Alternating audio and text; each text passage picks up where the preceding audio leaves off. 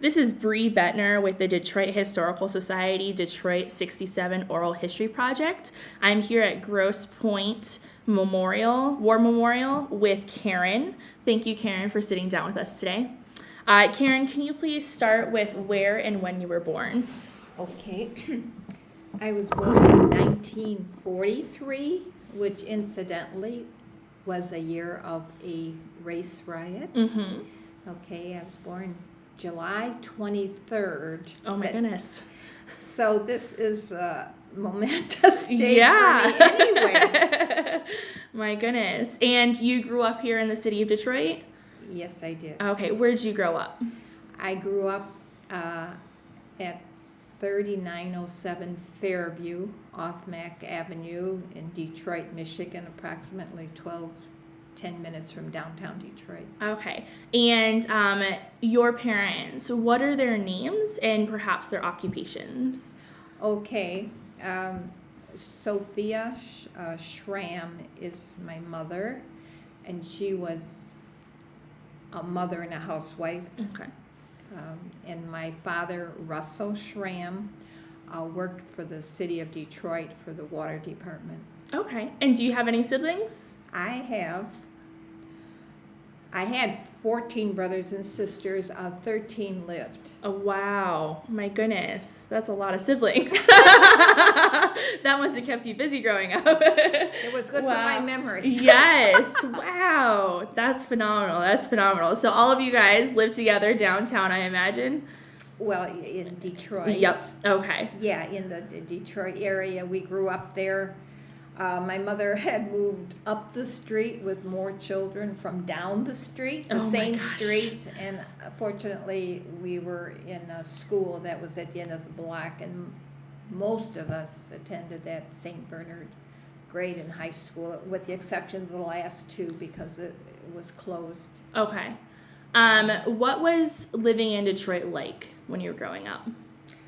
Well, it was wonderful, and because of such a large family, we didn't have the extravagance of being social and doing a lot and spending a lot of money. But what we did have was what really counted. We went to Belle Isle. Mm-hmm. We had picnics. My mother loved it by the speedboats. And we would go downtown with her on the bus, and she'd always have ice cream at Saunders, and she'd do her shopping, and then she was happy, and then she'd take the bus back home. So we had the wonderful natural things of wonderful playgrounds, Mm-hmm. and tennis courts down the street from us, and just growing up, with interchanging with all the people in the neighborhood was great. Mm-hmm. And at that time, most women didn't drive. Mm. So, walk down to local stores. It was wonderful. It's like what it's getting back to now. Mm-hmm. They're trying to have it where people walk and go places. And Mm-hmm. that was the same thing. It took up time, it took up energy, and it was a great type of life. Okay. And your community specifically, what was your community like? It was primarily a mixed community. Okay. And as I got older, we did get. Well, I grew up, and there were Afro-Americans at school. Mm-hmm. And as the neighborhood, I got older, then we had more of Afro-Americans in that area. Uh-huh. And my mother actually at one time lived down the street from the Mills brothers. Oh my goodness. And they said it was wonderful. Wow. They would practice singing on the porch. Wow. There's things that I still hear, because I have older sisters, and that I'd never heard before. Mm-hmm. And that was, to me, that was so exciting. That is really exciting. Yeah, and of course Hudson's was always beautiful, and I remember, this 12th floor was all Santa Claus decorated. Mm. And that was something for a lot of people, in the famous Maurice salad from Hudson's. Oh, yeah. And, my twin sister and I, we did some modeling. What? Yeah. So you brought some pictures. Yeah, we were in the Miss Detroit contest. Okay. I always say we weren't number one, but we were in the top 10. And these, it was so interesting downtown because these two commercial artist twins Oh my gosh. worked at Hudson's. Okay. And, and this, ironically, I didn't realize I had this on the bottom. I just pulled it out. But this is Pat Gaynor, who was Miss Detroit from our high school. Oh my And goodness. she was 6 feet. At the time, most people were short. Yeah. And she was Wow. way before her time, and she had beautiful red hair. I did an auto show in New York, and I forgot if it was in Chicago or New York, but she was at that too. She was doing it. But Wow. but it was a lively, bustling downtown. My twin and I worked both at National Bank of Detroit, the same bank, and they Oh. didn't even realize we were twins. The men were all getting dizzy. They'd Ah. say we'd see one coming this way, and we'd say, "How'd you get over here?" And then- You're pulling the wool over everybody's eyes. yeah, That's but funny. but it was so much fun. Downtown was just wonderful, and we'd go on the grass by Cobo Hall, and we'd tan ourselves, and then Yeah. go back to work. Nice. And everything was downtown. All the stores, you'd have coffee and donuts, and then they had the Coney Island. Yep. That's still there on Lafayette. Yes, it is. It is. So you know what, So you enjoyed being here. I enjoyed it. I love downtown Detroit. I love where I live. Mhm. Yeah. And there was the Vanity Ballroom, which is closed, is on Jefferson, and the schools would have 2 dances a year, and it was beautiful. I wish they'd refurbish it. Yeah. So it was a lot of fun. So what year did you graduate from high school? 1961. Okay. Okay. And did you go to college? Did you attend college in the area? I didn't finish college I took a course when I was at NBD, reference to at UAD. Yeah. I went to did some classes at Macomb Community College. Okay. I never really finished college. I worked as a legal secretary 3 years at a law office, and then I ended up temping all over downtown Detroit, Okay. Southfield, Gotcha. and did So you did work downtown. quite a bit. Wow. Okay. Okay. Yeah. So you hung around. You hung around.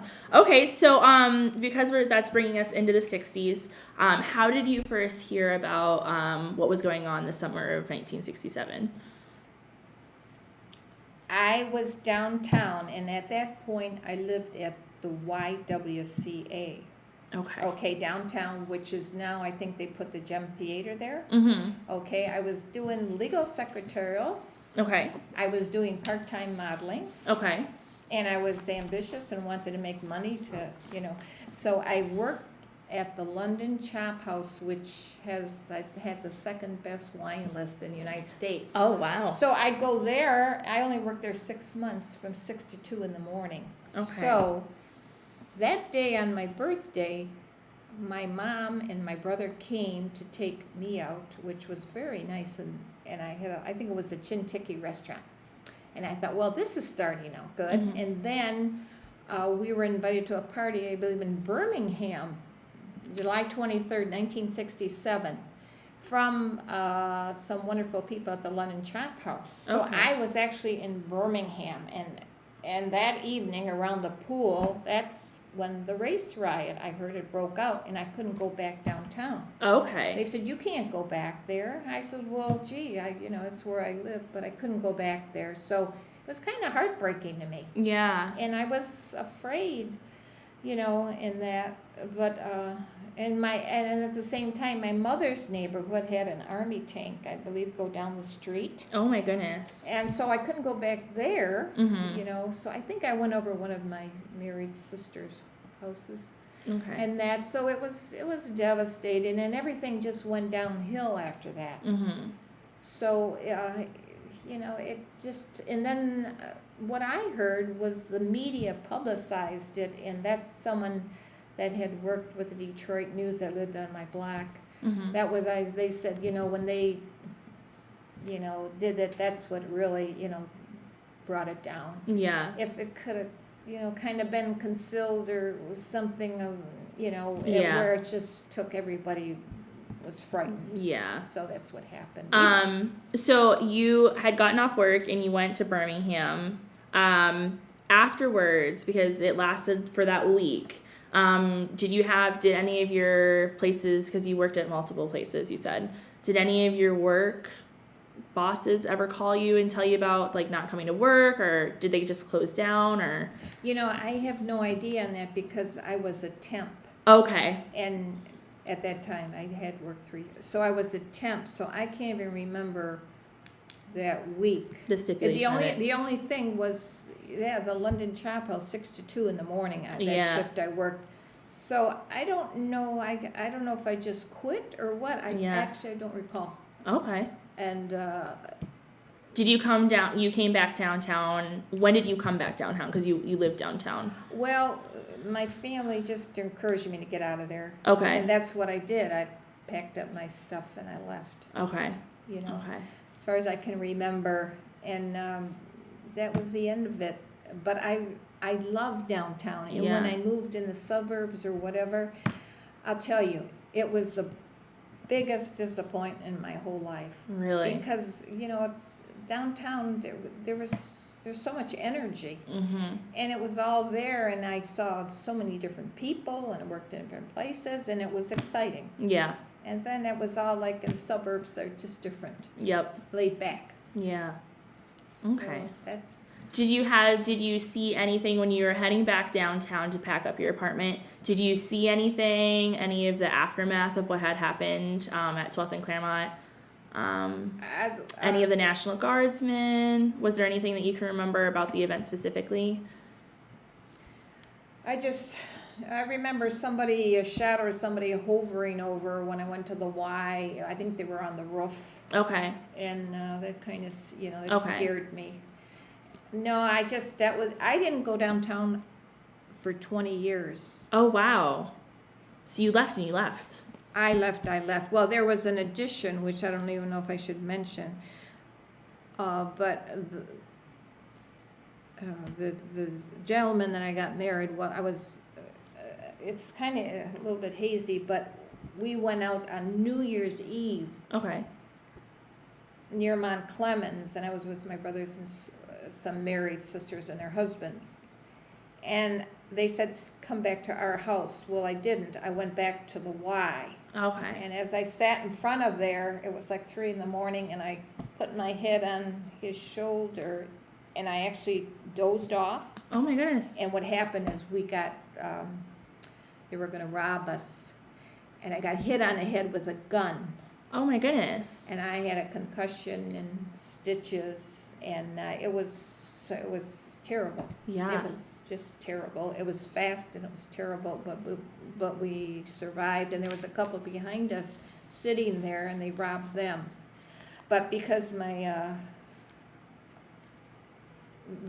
boyfriend, my former husband, was in Vietnam, he reacted. Okay. And he grabbed the guy off me that hit me on the head with the gun as I was trying to run in the Y, and so I think that saved our lives in that. But after that, I was scared to even. So actually, when the Fox Theater was going 20 years later, I went down to the Fox Theater. We went with another couple, and it was like, that thing where, because that was kind of near where I lived. And that was the first time that I, actually felt something. Yeah. And that, but once I went down there. Yep. I wanted to go right back. Yep, you got the energy again. Energy again. It came, it went, it had a purpose. I think, it was like something ready to top to the boiling water to top off, and it did it, and then it was.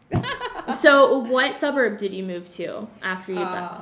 Warren Woods. Okay. Yeah. And you had stayed there, or did you move around in the suburb area, the Metro Detroit area?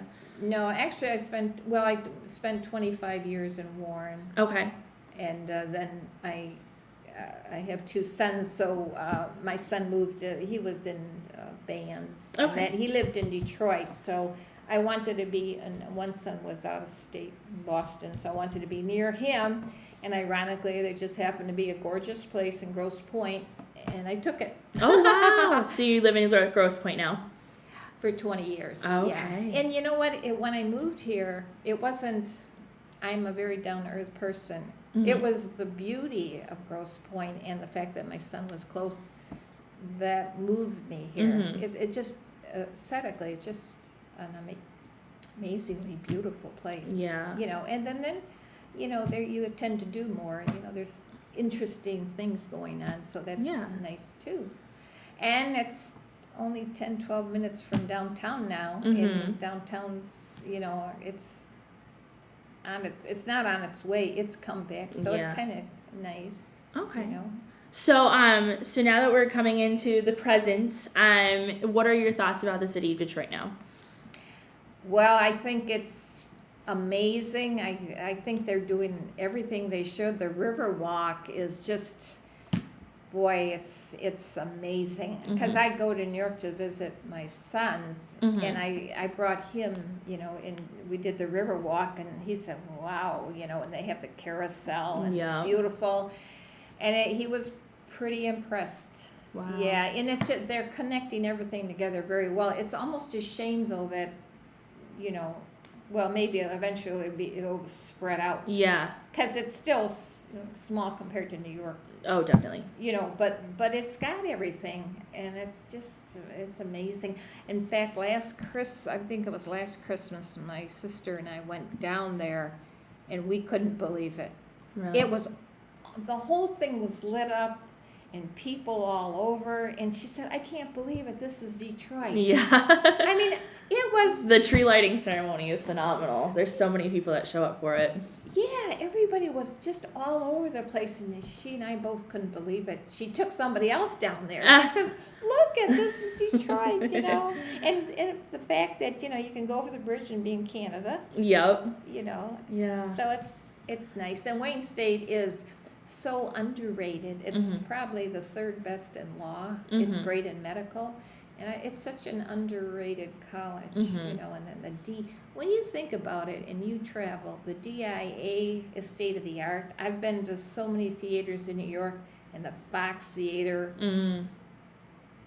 outdoes them all the way around. Yeah. Its beauty, its size, and everything. I mean, when you think about what we have here, it's pretty darn good. You got a lot of cool stuff. It's cool.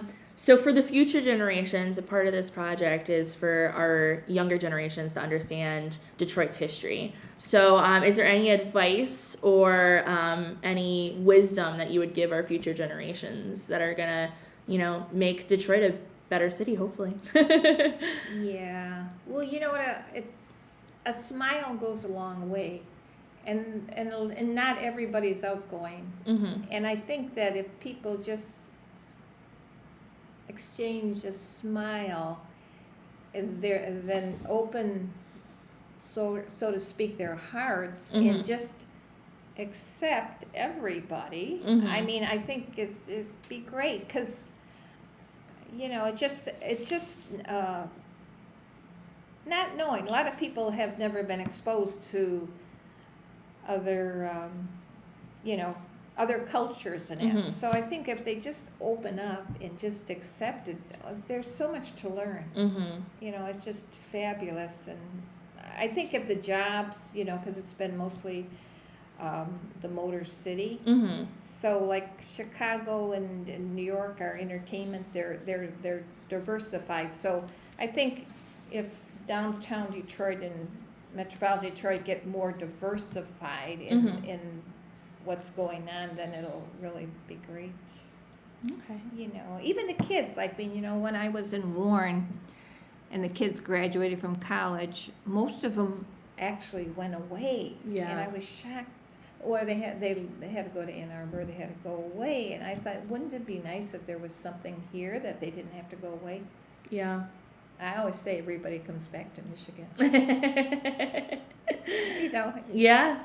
I know people and they come back to Michigan. Yeah, no, it's so true. It's so true. There's been a lot of people that have left and come back. Yeah, and they say, oh, it's great here. We left in it, but 5 years later they're back. That happens. That does happen. I don't know if it's the hot dog or the... We'll blame it on the Conies. We'll blame it on the beer garden, maybe. There you go. There you go. Well, is there any other information you'd like to provide for us for the 67 project? Any other memories or stories you can think of? historically, eh? Well, the only thing, I mean, it sounds sad, but I was downtown with my sister. Well, I saw the motorcade with Robert Kennedy, you know, Oh, okay. and his wife. That was nice. And that's another thing about downtown. I mean, you know, you don't see that. It's always, you know, like in a downtown area, you see celebrities and whatnot Yeah. and that. Right, real quickly, I can't think. That's okay. If you think of anything else in particular, you're more than welcome to contact us. We can always add a written history onto your oral history online. So, Yeah. well, thank you so much, Karen. I do appreciate you coming in and hanging out with us and giving us your personal stories of what happened in the past. Thank you. Okay.